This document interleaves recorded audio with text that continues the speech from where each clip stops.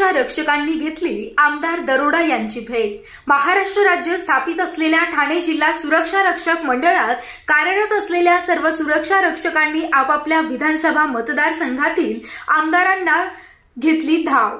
शहापूर प्रतिनिधी रवींद्र गोतरणे यांनी घेतलेल्या सविस्तर माहितीनुसार महाराष्ट्र शासनाकडून सन 1981 साली स्थापित झालेल्या जिल्हा सुरक्षा रक्षक मंडळाचे रायगड, पालघर, नाशिक, पुणे, ठाणे जिल्ह्याकरिता लाखोंच्या संख्येनं मंडळामध्ये सुरक्षा रक्षक कार्यरत आहेत।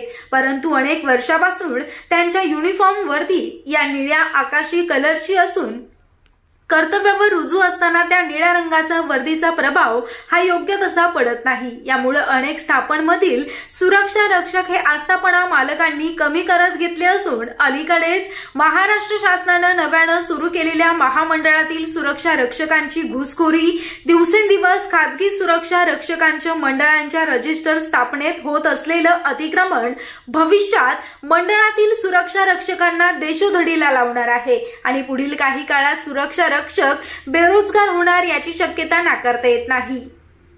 म्हणूनच शहापूर, मुरबाड, भिवंडी, कल्याण सुरक्षा रक्षक संघर्ष समिती व्हॉट्सअप ग्रुपच्या माध्यमातून ग्रुप प्रमुख रवींद्र गोतरणे आणि प्रकाश हरड यांच्या मार्गदर्शनाखाली चारही तालुक्यातील हजारो सुरक्षा रक्षकांनी एक मोठी चळवळ उभी केली असून अलीकडेच एक मोठा मेळावा आयोजित करून हजारोंनी स्वाक्षरी मोहीम राबविण्यात आली आहे।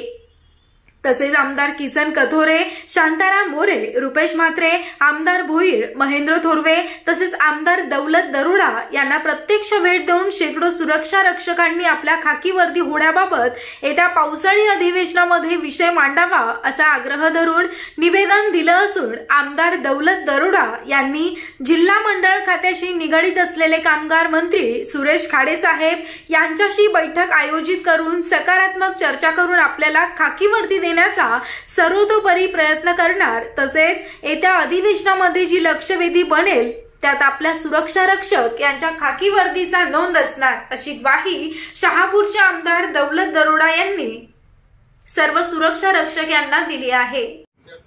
शहापूर तालुक्यातील पत्रकारांच्या वतीने आपल्यास तालुक्यातील सर्व सुरक्षा रक्षकांनी आपल्याला निवेदन दिले जेणेकरून यांना खाकी वर्दी मिळावी।